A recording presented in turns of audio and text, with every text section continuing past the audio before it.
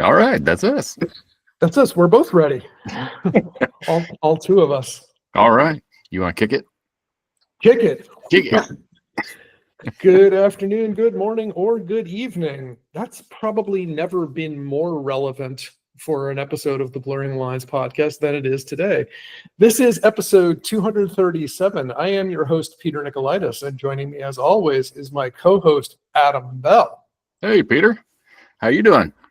I'm doing well, but this is the first time if I recall correctly, this is the farthest in terms of time zones and geographically that we've been apart while recording an episode of this show. Yeah, because we've recorded in Belize, but it's not nearly as far as where you are right now.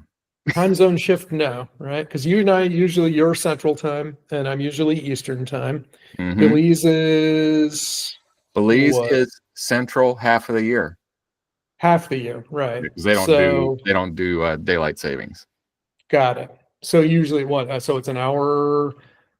So what's that difference then? They don't. An hour. They don't, let's see. So they go spring forward, fall back. Yeah. So they're between Eastern and Central. Eastern. Okay. So if we had recorded while you were in Belize, it could have been that we were on the same time zone, but no more than an hour apart. Right. So, and I'm trying to think, did we ever record when I was in Texas or on the West Coast? I don't think so. So yeah, this is it.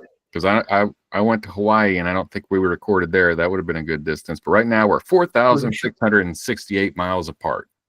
But who's counting? But who's counting? That's also known as 7 time zones apart because, dear listener, I am in Berlin, Germany today. Ooh. So, yeah, I'm vacationing. By the time, don't get your hopes up if you're thinking about, like robbing my house or something. By the time this drops, I will have been have returned home, unless I decide to stay here permanently. In which case, then it won't matter. It won't matter. I'll have someone else renting my apartment, my condo out by that point. So, I decided to do a little bit of a relocation, not a vacation. I took a couple of days off here and there, but in general, I was here. My ex-girlfriend and I last year were in Berlin together for a little while, and I was just like, it seems like a hip town. I think I'd like to check it out again. If I, had to live in Europe, maybe I'd give that a shot and see what it was like. Well, And you sent me a picture yesterday. I mean, where else do you just in the shrubbery find hops growing? I mean, there is a reason that Germans are known for their love of beer, right? As Adam said, we should post that on the in the show notes. But yeah, walking right outside the driveway from the Airbnb where I'm staying, the little apartment that I'm renting, right across the street, there's hops just growing like on a fence. It's like a vine plant over here. And I looked at it and I was like, I think these are hops. Are these hops? And I took a picture of it and I asked my trusty phone assistant, what is this? And it's like, these are hops. I'm like, that's what I thought those were. So yeah. Who knows what quality, but still. I mean, they look pretty good. I don't know how they taste. Yeah. Hops. I mean, I limit the amount of hops that I put in my beer, but I'm sure an IPA expert would be able to this is blah, blah, blah. Yeah. Or, that's blah, blah, blah. Yeah. Oh, yeah. That grows everywhere. We don't drink that. Yeah. That's like ragweed hops. We don't use that. Right? So, anyway, It was, so I got here, I guess this is day 4 at the time that we're recording this. And most notably, I flew here. So I had a connecting flight. I flew from Logan to JFK to Berlin. This was the first time I have ever taken an international flight. I did not get up from my seat. Yeah. I timed everything right. The flight left. We took off right around midnight. I got on the plane. I was curtailing how much I would drink, so I didn't, have to get up a lot. But the flight attendant brought me some fresh mango juice right before we flew off. I, sipped that down. slept through the rest of the flight. They brought food around. I didn't have anything, no food, no drink. Landed and just got up, took an Uber to my place, and here I am. So how many hours was the flight? about 7.5. Okay. Did you happen to do like compression socks or anything like that? The only thing I did was, because new feature in my Garmin watch, there's a travel feature. And I told it a few weeks ago, or shortly after getting it, that I was, traveling to Berlin, Germany. And I was like, oh, okay. And for several days, all it said was significant jet lag expected. I was like, thank you. That's really helpful. Yeah. But then a few days before, it started dropping little hints, so along with like how it normally does, like, like you should rest today, or, like your training level is high, go get them, and, whatever. It started saying like, you should consider going to bed a little early, start like turn down the lights later at night. And, it helped me adjust my sleep schedule. Nothing dramatic. Yeah, earlier at night. Sorry, yes, thank you. Earlier at night. Nothing like earth-shattering and stuff, but I was able to adjust fairly quickly. I got on the plane. We took off around midnight, landed here, and it was like 2:30 in the afternoon. Yeah. Even though it was a 7-hour flight, because you got the 7-hour time difference too, so 14-hour shift. And I'm still working an Eastern schedule. So, it's like 8:00 your time, 3:00 my time, so your morning is just getting started. I've already gone out, ran my 10K, went out for breakfast, been working on like a proposal or a Entra ID proof of concept with, security keys or something like that. Yeah. And today was one of those days. Now, I had been sick. I got a cold a little over a month ago, and that affected my training. It affected my performance significantly because I was on cold meds, and then as I started to get better from that, my allergies kicked in too. So I was still taking those cold meds. I stopped mostly pretty much completely stopped the cold meds, but I was still taking extra allergy medicines because the symptoms were pretty much the same. Got here, didn't take any for a couple of days, and the symptoms were almost completely gone. So I think it probably was rhinitis. I think it was probably just standard allergy stuff back in the Boston area. Yeah. And the sniffle, it's still here a little bit, but it's dramatically decreased from where it was back there. That said, still adjusting. Even like for me, jet lag it's not like I'm off by 6 hours, right? It's like at random times during the day, I'm just super tired and I need a nap. Or random times at night, I wake up and I'm wide awake. So my already pre-existing insomnia has not been helped by this. Last night I went to bed around 11 o'clock. 11 o'clock German time. So for you, that would have been 7 hours ahead. So I went to bed around 6 a.m. Yeah. I guess. Time zones are so hard. It's like, why is it so hard to do this math? But I woke up this morning. I deliberately did not set an alarm because I went out yesterday. Yesterday I was scheduled to do a time trial for my the marathon, the ultra that I'm preparing for. And the plan was to do a time trial 5 miles at threshold pace or faster, right? So essentially go as hard as you can for anywhere from 5 miles to 10K or so, or about an hour. It depends who's administering the test. It depends on how exactly you do it. But the last couple times I did it, it's been 5 miles. And so I tried to do it yesterday and I just could not. I felt terrible. And, I ran a couple miles and just came back and I was like, no, screw it. I'll try again, maybe tomorrow. Went to bed last night. No alarm because I'm waking up 10 hours before work starts, right? So nothing, no pressure or anything. Woke up around 7:30, almost 8 o'clock, went back to bed, got up at 10. I didn't Okay. sleep that whole time, but I was in bed for about 11 hours. And I went out and I started my time trial. It starts with a 15-minute warm-up at, relatively slow pace. And I did a lap around the neighborhood, and then I realized halfway out, I wasn't wearing my heart rate monitor. I was just using the watch. Yeah.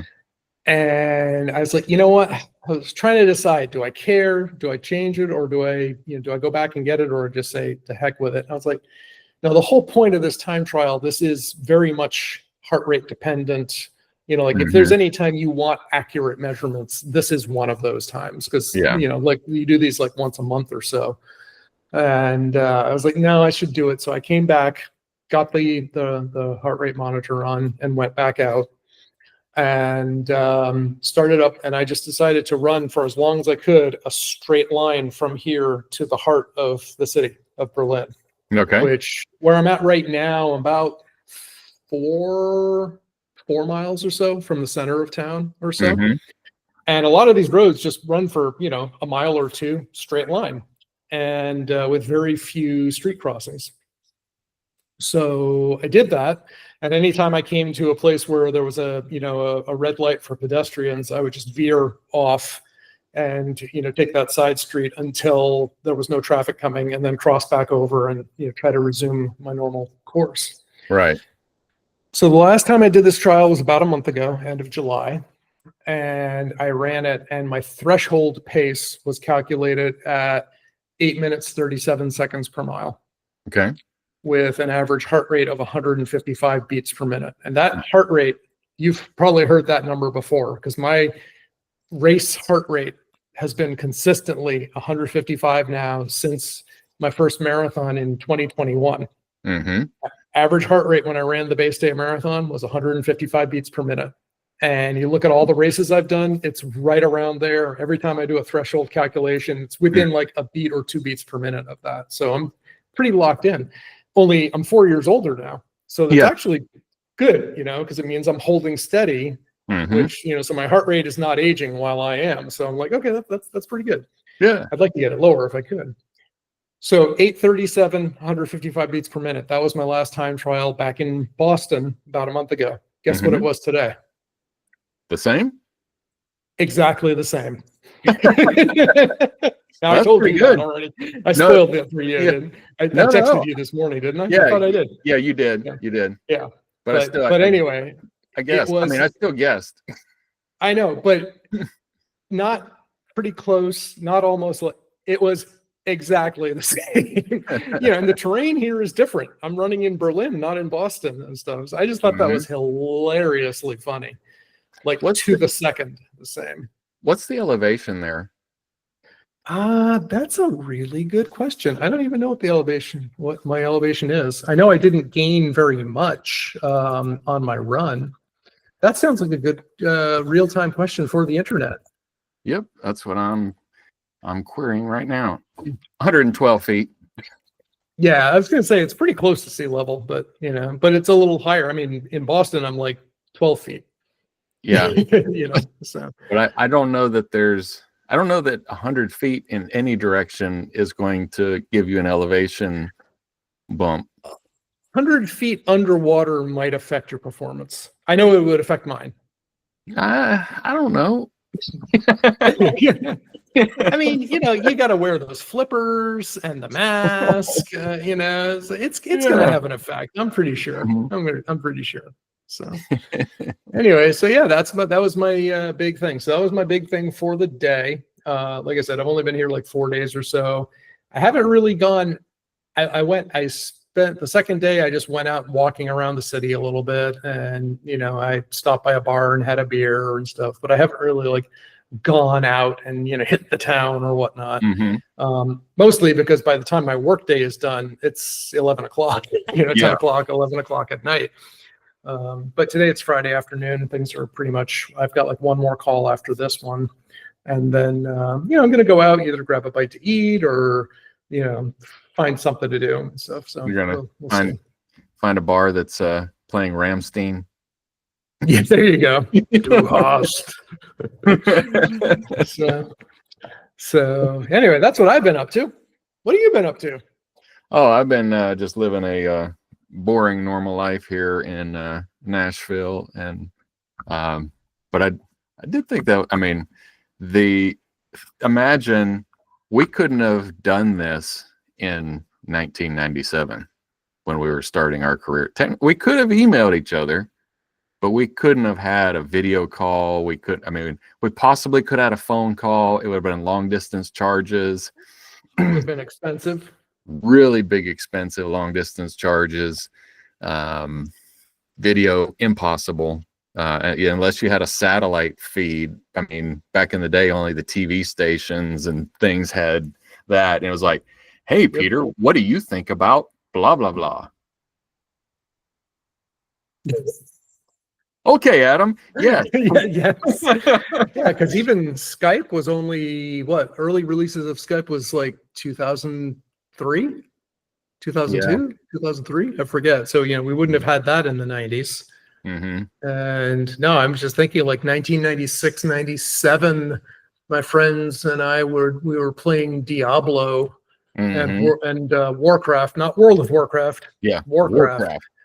On our LAN. I remember if my friend Ed had a computer repair store downstairs and my consulting offices were upstairs, and we ran a coax cable down between our two businesses exclusively so we could play video games together. So you had a cheaper net? You did a sonnet ring with coax? It wasn't a sonnet ring. It was just 10 base T point to point. Oh wow. Okay. Yeah. 10 megabits per second, baby. Yeah. we did dial up Warcraft. Well, we were doing Warcraft 2 at that point, because I don't think Warcraft 1, I don't remember if it had a LAN that you could play multiplayer. Yeah. But Warcraft 2 did, because we were playing that, and my friends and I would call dial up. And the stupid thing, my parents' house, we only had one phone line. So I know where this is going. So the phone rang, and I'd have to pick it up fast and and hang it up real quick and get back in the game. No, I remember that, man. This is like nostalgia days here. We had dial-up internet, and I remember I was using it and also selling the web ramp. I don't know if you ever came across those, but they were dial-up dial-up modem aggregators. So you could have up to, I think, 3. You could definitely have 2, but I think maybe even 3 modems in a pool on this little desktop router. And it didn't actually aggregate. Like if you had 3 56K modems, you didn't have 130 or 120, whatever, 50. You didn't have 56 times 3, 150, whatever bits per second, kilobits per second, not megabits. But what you did have is, like, if you had an office of 5 people, you had like 2 on this modem, 2 on that modem, and 1 on that modem, right? So it was a way of load balancing some of the traffic and stuff. And back in the day, that was huge progress over, you have a regular dial-up, say 28K or 53K, whatever they would go up to. And, being able to double or triple that capacity, even if you didn't get necessarily double the throughput on a single connection, it was night and day, and you're talking like back then, ISDN was horrifically expensive. And, give you, I think ISDN would do 64 or 128 kilobits per second. You could bond 264 and get 128. Right. But with that, you actually could bond. You would get a better quality, thing, but still way more expensive. Than it used to be. And then, of course, finally, Adelphia, later Comcast, came through and, actually deployed cable modems, which blew all that away. So. Yeah.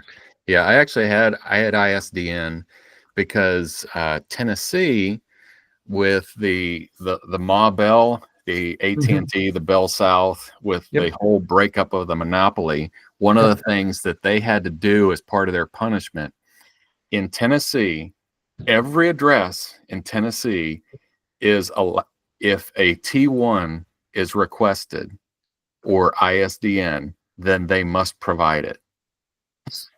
So they'll do the build out of, you could pay for a T1. I could pay for a T1 at my farm if I wanted it, but it may take 2 years to get it built out, Sure. Sure. It would get done eventually, but yeah, now I've got gigabit fiber. I don't want to. I remember getting a quote for a T1 line back in Vermont, and it was like $230,000 build out charge or something like that. Like, let me know if you agree to this charge. I was like, of course I do not. Yeah. Here, you can put it on my credit card. You see how that goes. And we're talking, this was more than 20 years ago. How much was that $200,000 then? Yeah. Funny, I should mention that. Yeah.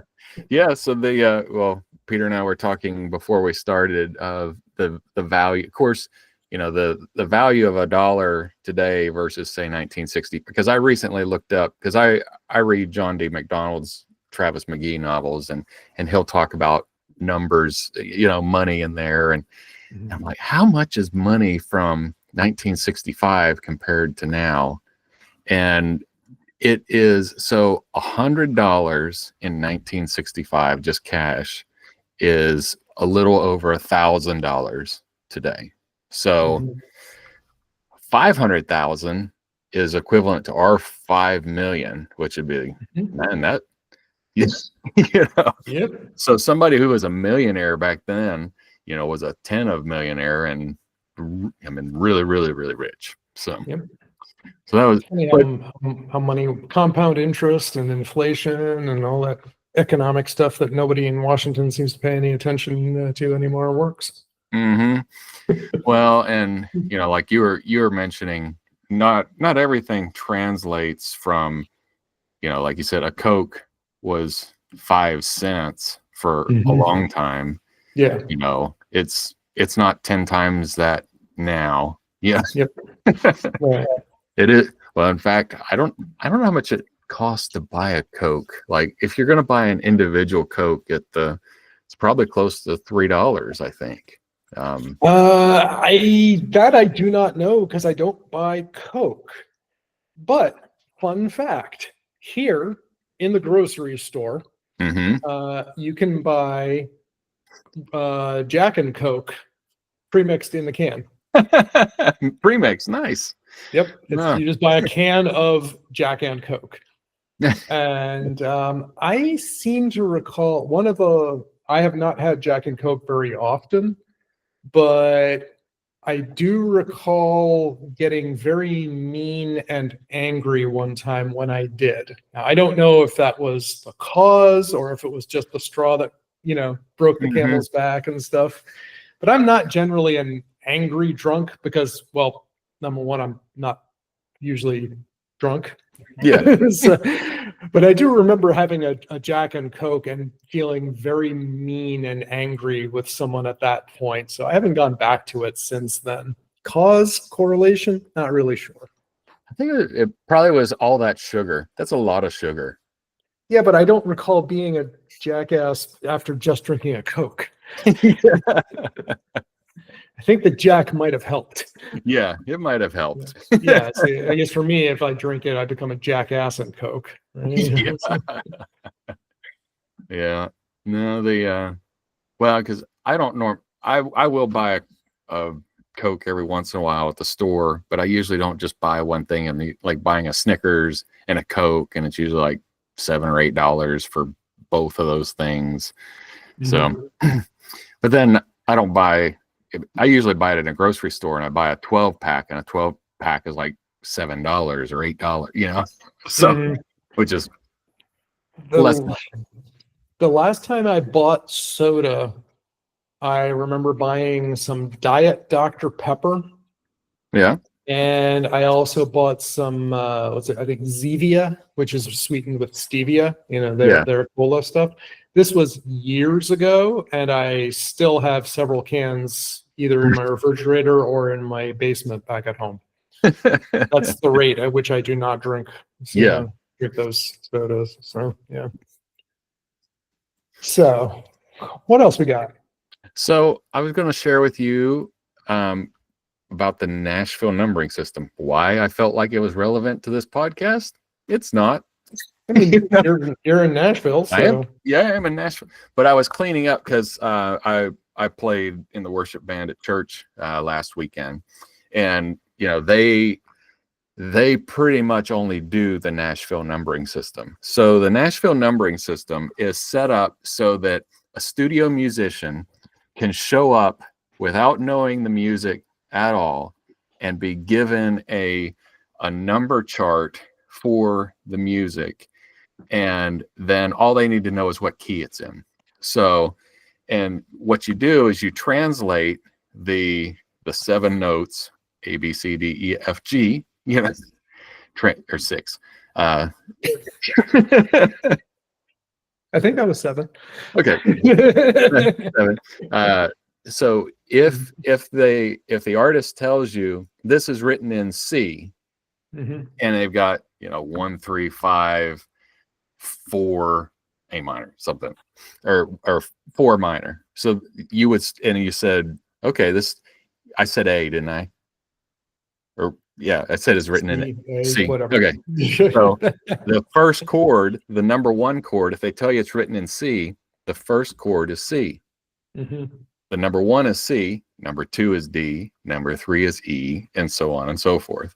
So that if they write the music, they can just write the numbers on there, and you don't have to transpose anytime somebody wants to change the key. So let's say for me, C is nice, but for you, C is too low. So you want it to be D or E, or maybe you want to make it a little bit of a minor.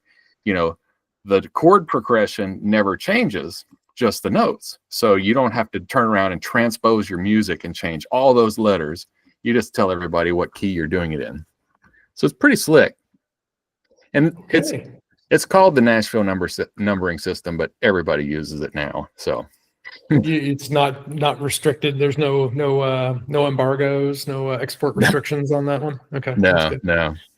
But yeah, they call it the Nashville numbering system. So that's the way they did all of our music. And then I was like, okay, they said, okay, this one's going to be in a B flat. Like, all right, so I can't play the progression in a B flat. I mean, I because it's all wonky chords. I mean, you can, I can play them, but I don't enjoy playing them because I'm focused on trying to do it right, or doing the chord progressions in these funky ways that I don't like. So then I capo it. So do you know what a capo is? No. Well, I will show you. What's a capo? So if you see my guitar here, I got. That was the other question I was going to say. You said when you play, but I don't think you said what instrument it was that you played. I was going to ask, so thank you for clearing that up too. Well, yeah, I mean, it's a guitar. It's Nashville. Everybody plays. Everybody plays guitar. Yes, everybody plays guitar in Nashville. Here's the thing: I knew everybody played an instrument, or that everybody was a musician in Nashville. I didn't know that everybody played a guitar. Yeah, so. I mean, you have to play guitar. You have to have at least an understanding of piano, and most people play piano and guitar minimum on the musicians. Okay. But so let's see. So a capo here, this device, you attach it to the guitar neck. You squeeze it. It's compression, and by default, the guitar is in the chord of E. It's set up for E. Okay. And then I've seen those capo things. I just didn't know what they were called. And if you, depending on where you put it, it changes the key that your guitar is now in. Okay. Yep. So if you put it one step, it raises it from an E to an F. To an F. Yep. And if you raise it, depending on, because guitar, well, the chords go up. Sometimes they do single jumps. Sometimes it takes doubles to get it there. So I asked the guys, I was like, look, I get the numbering system. I get the capo system. What I need you to tell me is this is a B flat. Where do I capo it? And what's cool about these musicians, they're really good and they do this all the time. I don't do this all the time. He said, oh, capo 3. I'm like, fantastic. Fantastic. Because then I change.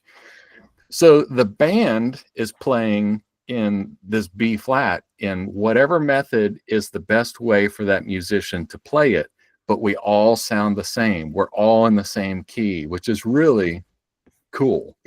That is really cool. Yeah, because like the girl who was leading, the woman who was leading, she's not a girl, the woman who was leading, I mean, she's capoed at a totally different location than me, but we are playing together and it sounds good. Yeah, it's really cool. That is pretty cool. It reminds me, of that was one of my first trip to New Orleans. One of the best memories I have there was, I was out for a walk. I don't remember what part of town I was in, and there were just like, three guys playing some jazz, just just jamming, doing their thing, playing whatever. And this kid, maybe 12 or so, shows up, and he had his trumpet.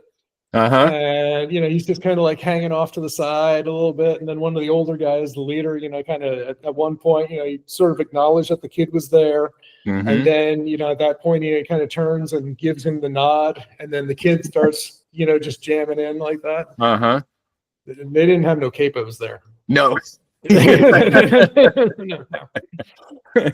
Nobody was telling anybody what key anything was in. It was just all 100% improv. So I've got a quick story on one of the guys that his name is Chris Norton, and he is a professor at Belmont University, and he teaches percussion, and he's a marimba, xylophone player. There's other names for the xylophone instruments that I can't think of right now. But we were in Mexico on a mission trip, and we're in Oaxaca City, and there are these dueling marimbas. They're not marimbas. They're in that family. So this one guy was playing by himself, and so he's got four mallets. I don't know if you've ever seen them, and he's going and he's ding ding ding and playing a song, and Chris asks him if he can play the other one of the dueling xylophones. And the guy's like, you could tell the expression on his face. He's like, oh, a drunk American, this is gonna be fun. So Chris gets on the other side of it, and the guy's playing, and he's playing some traditional Mexican songs on the xylophone, and it's really cool. And he's going, and then Chris starts going, and he's complimenting him, just moving right along with it, complimenting him. And then the guy starts upping it, starts playing more complex, and Chris keeps on with him, and he's like, all right, here's another set of mallets, so that because then he was doing four, both of them were doing four, and they put on this amazing show. And we got done, and he's like, that's really cool. He said, I've never played one of those. I've only seen them. I'm like, are you crazy? Hey, some people just have the knack, Yeah. Well, and it is, I mean, in all fairness, it is a very similar device. It's like playing a xylophone and a marimba. There are differences, but yeah, I was like, wow, that was really cool. That's pretty slick. Yeah, I don't think I could have done that. I remember, doing like improv dance fighting capoeira in Brazil, that kind of thing.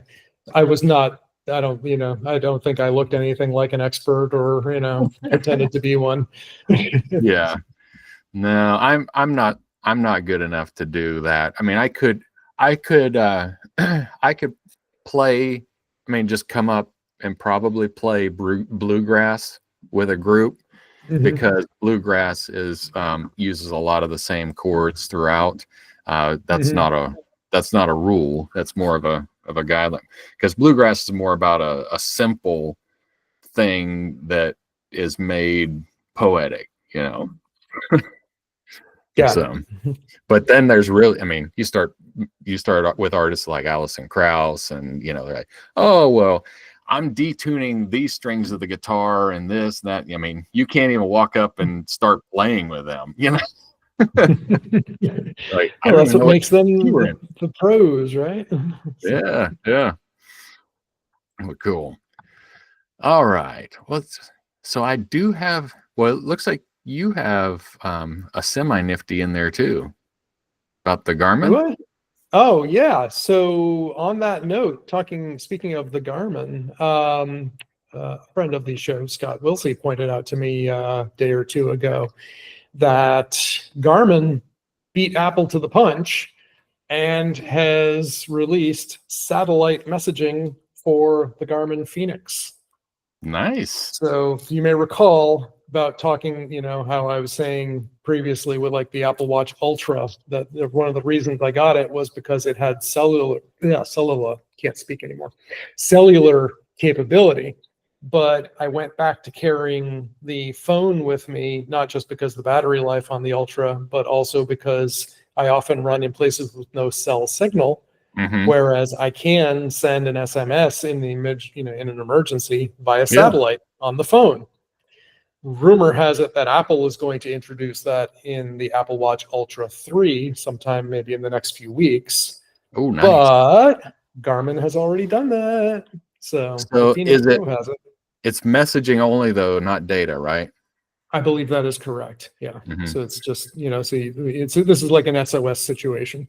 Mm-hmm. Well, I have heard rumblings that your buddy, the vice president, Elon Musk, is releasing.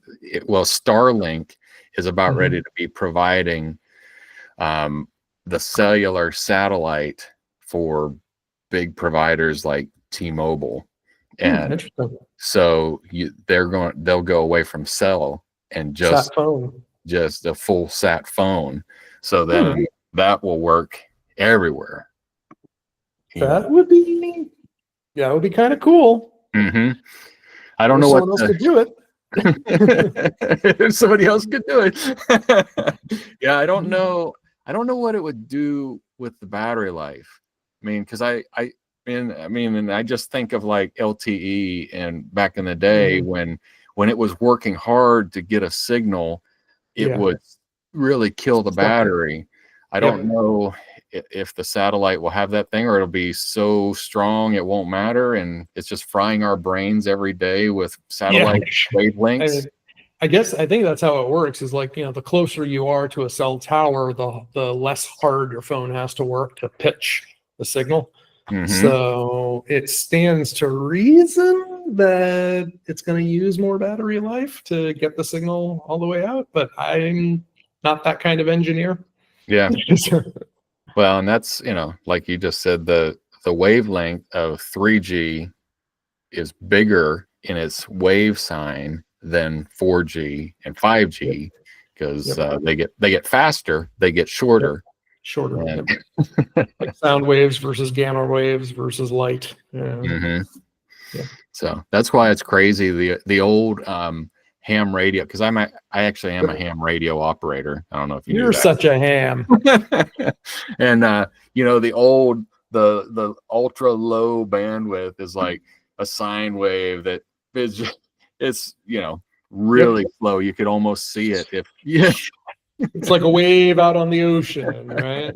But that's why it can bounce off the ionosphere and end up in a communication with Antarctica from Tennessee. And you're like, wow, this is crazy.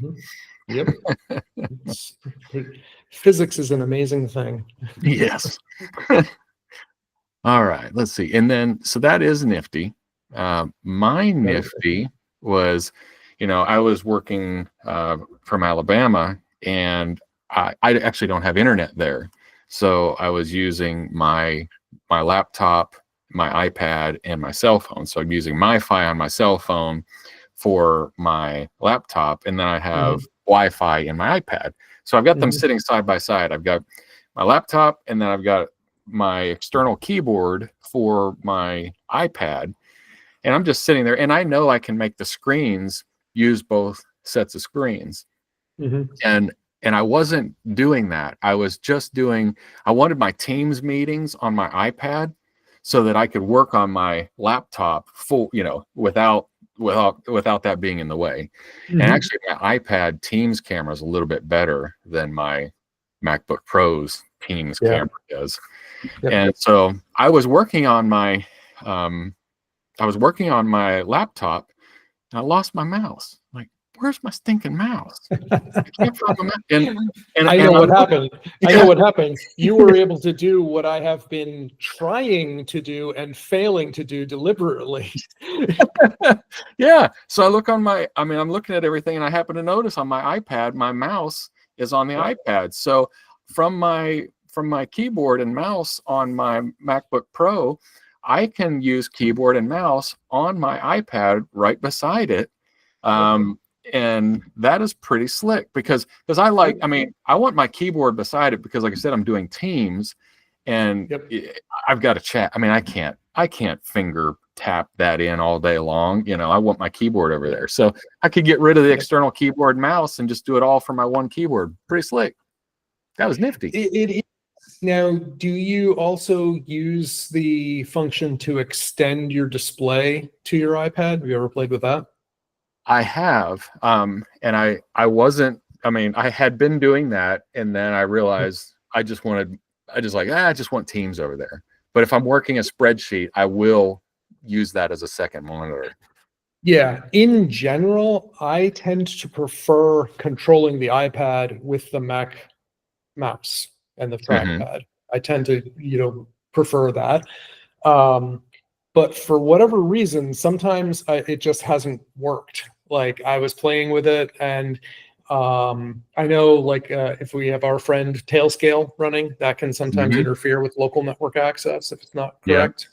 Also, I had pre-configured some of my devices with the Wi-Fi for my Airbnb, but also I have my travel router with me. So if you're on different Wi-Fi networks, you can't do that sharing either, right? So sometimes but like yesterday, I was trying for a good share of the time, I was able to just control the iPad and it was great. And then I would move to controlling, extending my screen to it. And I just couldn't get it back. I couldn't get back to just using the iPad, controlling the iPad again. I haven't tried today.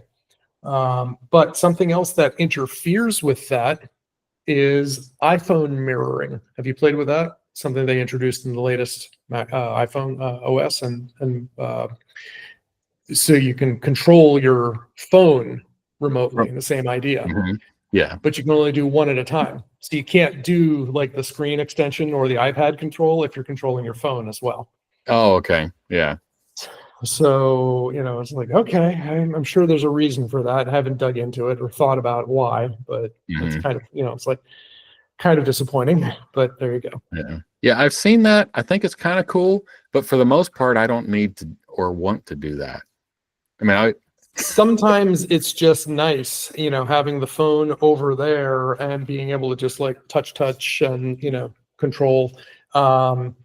Like if you need to get a code off your phone or like if you want to text something onto your phone, it's useful for, for every now and then, it works I like it every now and then. Usually, again, all things being magic and configured properly, you can share because of continuity or handoff or whatever the sidecar, whatever the name is, there's a feature that shares the clipboard between your devices. That is amazing, right? I mean, that is just like that's like the reason that I don't ever think about buying an Android phone or something. It's like you just got to be able to keep everything in a shared clipboard is huge. But yeah, I'll try again afterwards. I'll double check all my Wi-Fi settings, make sure my VPN isn't running, and see if I can remote control my iPad again after this. Yeah, well, and that's one of the reasons. Well, it's one of my biggest reasons I like the Mac is because I can communicate over all of my big things with it. With Apple messaging, I communicate with my family and the phones, and and it does SMS too. So I don't, where I can't do that on a Windows machine with the Apple communication. And it looks like that I have lost Peter, at least for this episode. Well, we were about ready to wrap it up anyway. So I will do that solo now. So, listener. Oh, hey, I was just getting ready to wrap up without you. You're back. Yeah. Well, remember when I said I was going to try that afterwards? So I went and I looked at my iPad's Wi-Fi settings. That's all I did. I didn't change anything, right? I touched settings and I eyeballed Wi-Fi, and my wireless just dropped on all my devices. I have no idea what happened. Just a GL router. I don't know if it rebooted or something. It's back now, but I'm not on it. I'm on the native, cable modem or whatever they have here. So that was, I swear, I didn't change any. Like, I wasn't even on the Mac, right? I'm looking at the iPad, just looking at it, and my Wi-Fi dropped. So, but anyway, you were saying. I was just getting ready to wrap us up here. So since I was like, okay, well, I guess I'm going to sign us out. So listener, we do want your feedback. If you'd like to discuss a particular topic, you can drop us a line at www.blurringthelinespodcast.com, or you can find us. You can find Peter at yogawithpeter.com and friendswithbrews.com. You already know how to find him here. You can find me at rrlavenderfarm.com, and that's for Roaming Roan Lavender Farm. So, and with that, we can hit the big red button. We can indeed.